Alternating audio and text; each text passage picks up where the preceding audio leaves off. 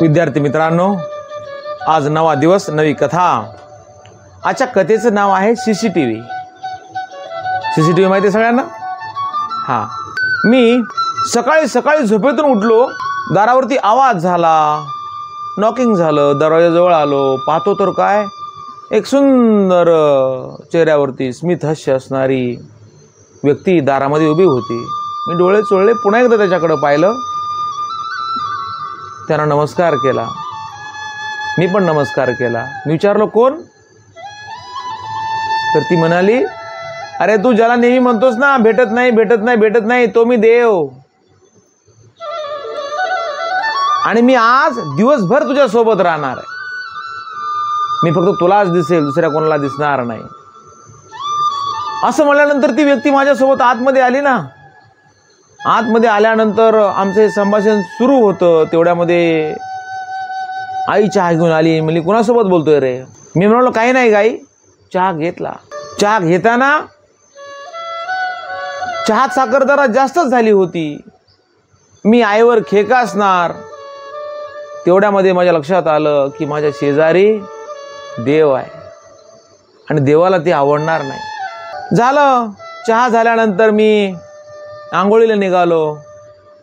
देवी माझ्याबरोबर यायला निघाला। मी म्हणलं इथं तरी मला सोड। मी आंघोळीला गेलो, तोपर्यंत तू देवघरात थांब। आणि मग तो देवघरामध्ये जाऊन थांबला। मी आंघोळ केली, देवघरामध्ये गेलो। आज पूजापाठ करताना शेजारीच तो असल्यामुळं सुंदर असा पूजापाठ केला, कारण मन लावून पूजापाठ केला, कारण तो शेजारी बसलेला होता ना। देवपूजा झाली, तोपर्यंत आईनं डब्बा भरला। डब्बा घेऊन ऑफिसला निघालो। गाडीत बसलो तर ही महाशयची स्वारी माझ्या शेजारच्या सीटवर बसलेली। तो शेजारी बसला हे पाहिल्यानंतर मी लगेच सीट बेल्ट लावला। थोडं अंतर कापल्यानंतर मला फोन आला।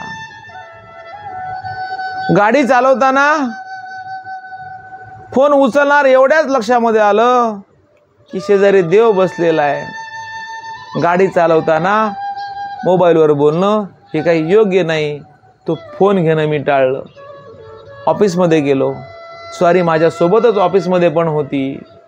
ऑफिसमध्ये गेल्यानंतर त्या ठिकाणी एक आमचे कस्टमर आले। त्यांनी मला त्यांच्या कामाबद्दल विचारलं।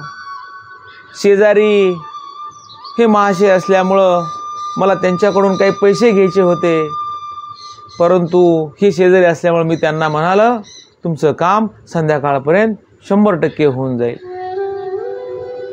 त्या दिवशी ऑफिसमध्ये कुणावरती राग केला नाही, शिपायाला ओरडलो नाही, कुणासोबत शिवीगाळ झाली नाही। आणि मग संध्याकाळच्या वेळी ज्यावेळेस ऑफिसून परत आलो, परत आल्यानंतर ही स्वारी माझ्यासोबतच होती।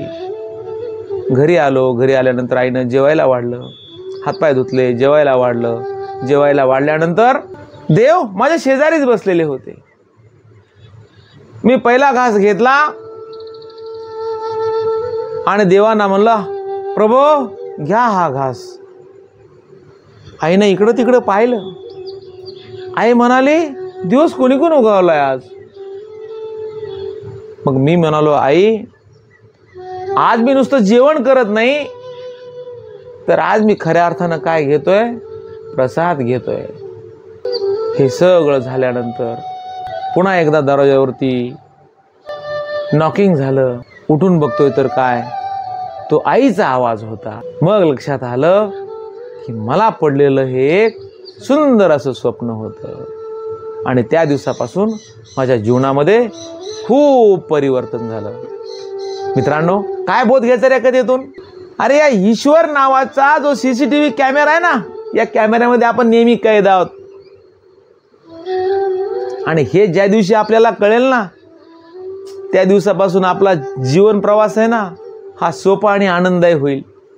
म्हणून आपण कुठलंही काम नियतीनं प्रामाणिकपणे करावं, कारण देव नावाचा सीसीटीव्ही आहे ना, हा आयुष्यभर आपल्यावरती नजर ठेवून असतो. आणि या CCTVचं असं आहे मित्रांनो, याची कधी रेंज जात नाही, याच्यामध्ये कधी फॉल्ट होत नाही, याला कधी रिचार्ज मारावं लागत नाही. अशा या CCTVच्या नजरेखाली आपण सगळे आहोत. त्यामुळं सगळ्यांना प्रामाणिकपणाने वागावं, एवढंच. धन्यवाद.